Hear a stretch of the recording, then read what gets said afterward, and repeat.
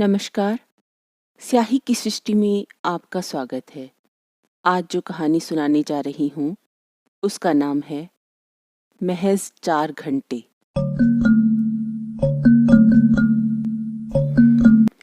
आखिर ऐसी क्या कमी पड़ गई थी काम धंधे की? अपना जमा जमाया काम ही कर लेता तो ये कलंक तो न लगता माथे। शांति ने जहर बुझी आवाज से सुरेंद्र को धिक्कारा। कसाईगिरी का काम?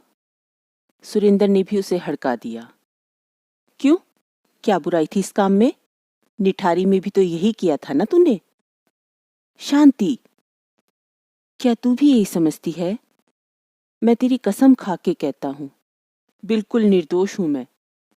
अच्छा, फिर क्या तेरे मालिक ने तुझे फंसाया था? क्या कह रही है? वो तो देवता समान है। तू और तेरा देवता ही जानते हैं सच क्या है। मैं मौत के मुंह से जिंदा तेरे पास आ गया हूं। क्या तू खुश नहीं है? और मेरे बच्चे? बच्चों को कहाँ छुपा दिया तूने? अब क्या उन्हें भी पकाकर खा जाएगा? बकवास बंद कर। सुरेंद्र का हाथ शांति पर उठते उठते रह गया। जेल से रिहा होने के बाद सुरेंद्र कोली सीधा अपनी पत्नी शांति के पास पहुंचा था। 19 वर्षों तक जेल की सलाखों के पीछे रहने के बाद दर्जनों केसों के आरोपों से बरी हो जाना जितना चमत्कारिक था, उससे भी ज्यादा अप्रत्याशित बात तो ये थी कि फांसी के तयशुदा वक्त से महज 4 घंटे पहले उसे बेकसूर बताते हुए आजाद कर दिया गया था। कहाँ कहाँ गुहार नहीं लगाई थी उसने। राज्यपाल से लेकर राष्ट्रपति तक दया याचिका दायर की थी, लेकिन हर बार निराशा ही हाथ आई थी। यूं समझ मेरा तो पुनर्जन्म ही हुआ है। अब यहीं रहूंगा तुम लोगों के पास। जैसा तू कहेगी वैसा ही करूंगा। सुरेंद्र कोली अपनी घरवाली को लगभग मिन्नतें करते हुए मनाने का प्रयास कर रहा था, लेकिन जब पत्नी की आंखों में उसकी घर वापसी की कोई खुशी नहीं दिखी तो वो पैर पटकता सा घर के बाहर निकल आया। उसके दिमाग के अति संवेदनशील तार झनझना उठे जब शांति ने उसे उसके बच्चों से भी नहीं मिलने दिया। तभी सामने से आता उसका अपना भाई चंदन तो उसे पहचान ही नहीं सका। सफेद बालों में वो बिल्कुल बूढ़ा और कमजोर लग रहा था। इतने सालों में जेल के भीतर कभी कोई बात मुलाकात हुई ही नहीं थी, पहचानता भी कैसे? सुरेंद्र ने अपना मन भाई के आगे खोल कर रख दिया। क्या इसी परिवार के लिए मैं दर बदर की ठोकरें खा खा कर काम की तलाश करता रहा? पंडेर साहब के बारे में अनाप शनाप बक रही थी। उसे क्या पता कितनी सहूलियत की नौकरी दे रखी थी उन्होंने मुझे। उन्हीं के घर में रहना, सोना, खाना पीना, और तनख्वाह भी कितनी अच्छी थी। यूं समझो इतनी बड़ी कोठी मेरे लिए ही रख छोड़ी थी। खुद तो कभी बिजनेस के टूर पर चले जाते, कभी अपने गांव परिवार के पास मेहमान की तरह आया करते थे।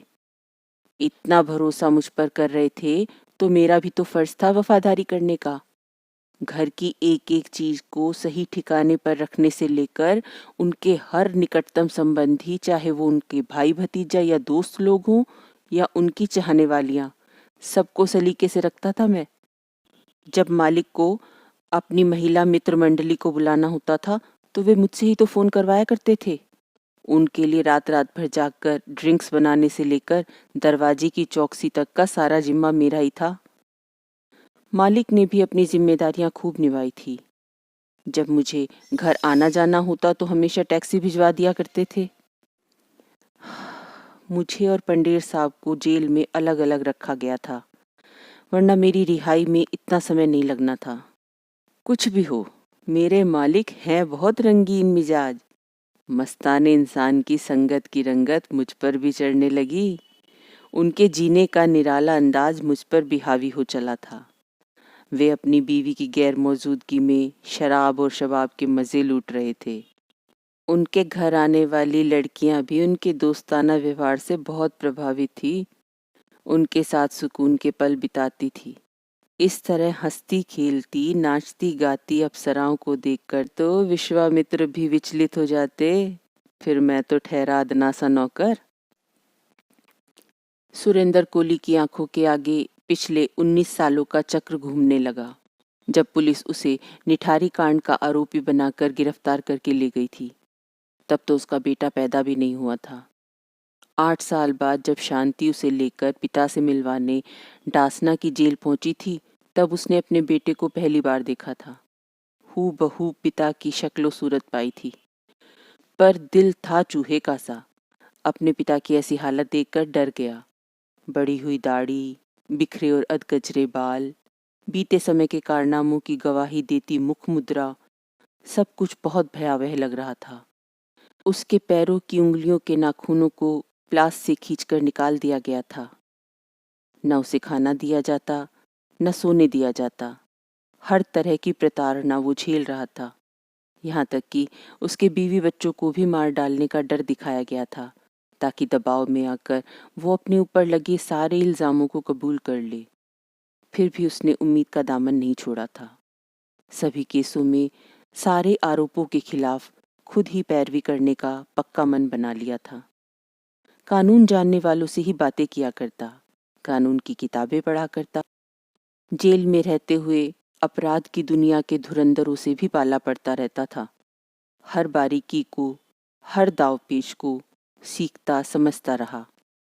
शातिर और ऊंचे कद वाले लोगों ने जेल के भीतर ही उसे मरवा डालने की भी बहुत कोशिशें की। तब उसने अल्मोड़ा के डीएम के नाम याचिका भेजकर अपने और अपने परिवार की सुरक्षा का भरोसा मांगा।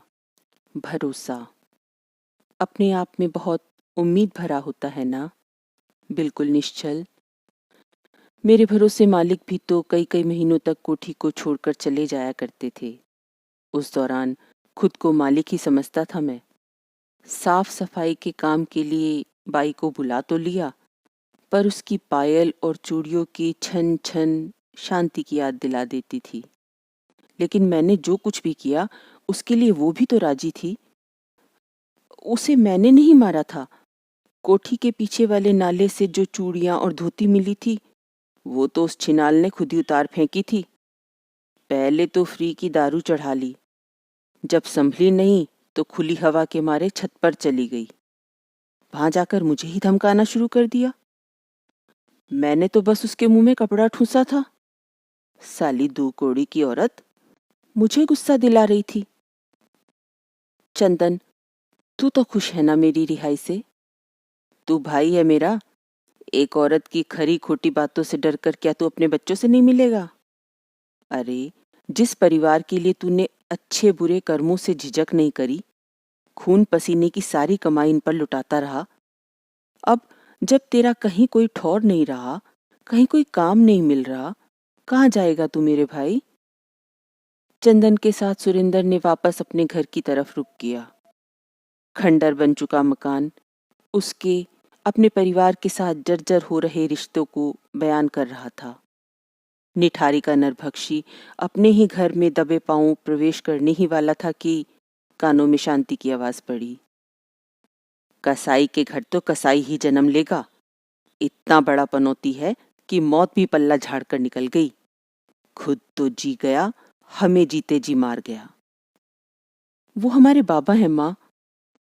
ये जरूर मेरी बिटिया सिमरन की आवाज है। सुरेंद्र कान लगाकर सुन रहा था। मैंने सुना है कोई डॉक्टरों का गैंग है जो मानव अंगों की तस्करी करता है। हमारे बाबा को फंसा रहे हैं वो लोग। उसके मुंह खून लग चुका है। जाने कितने बच्चों का मांस खा चुका है। उनके माँ बाप की हाय नहीं लेनी मुझे। न जाने क्या क्या कुकर्म कर चुका है, लाशों को भी नहीं छोड़ा। ऐसे आदमी के जी में किसी के लिए दया धर्म नहीं रह जाता। लेकिन माँ जरा सोचो तो सही, बड़ी बड़ी अदालतों ने, पढ़े लिखे वकीलों ने, पुलिस और सीबीआई सब ने इतने सालों तक जांच की, मगर बाबा के खिलाफ कोई सबूत नहीं जुटा सके। इस बार बेटा भी अपने पिता का पक्ष ले रहा था। ये सब सुनकर सुरेंद्र का मन द्रवित हुआ जा रहा था। घर के भीतर चला आया। बड़े ही दयनीय स्वर में लगभग याचना करता हुआ सा बोला, मैंने कुछ भी नहीं किया, फिर भी कोई मेरी बात सुनने को तैयार ही नहीं है। मुझे नहीं पता था कि कोठी के नीचे वाले गटर में हड्डियों के टुकड़े और खोपड़ियां कहाँ से आए, कैसे आए, कैसे मेरे कमरे के साथ वाले बाथरूम में डेड बॉडी मिल जाती थी।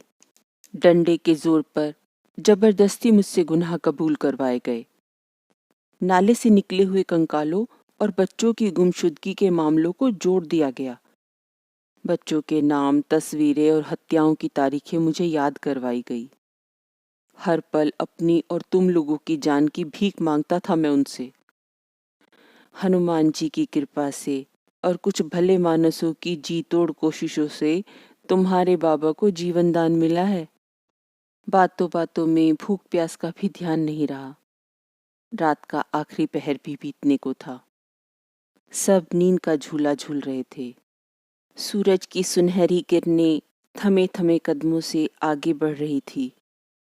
शांति ने सोते हुए सुरेंद्र के चेहरे की तरफ देखा। क्या सचमुच इसे फंसाया गया होगा? फिर सिमरन की ओर देखकर सोच में पड़ गई। अगर उन लड़कियों की जगह ये रही होती तो? सोचते ही उसका कलेजा कांप गया। खुद को संभाल पाती इससे पहले ही कानों में बाहर से आती आवाजें पड़ गई। बाहर आते जाते लोग अपने बच्चों को हिदायत दे रहे थे। इस वाले घर को अच्छे से पहचान लो। इस रास्ते से भूलकर भी अकेले मत जाना। क्यों? सुना है निठारी का नर पिशाच वापस आ गया है। तो ये थी कहानी महज 4 घंटे। आपको कहानी कैसी लगी? कमेंट करके ज़रूर बताइएगा। आपका दिन शुभ हो। धन्यवाद।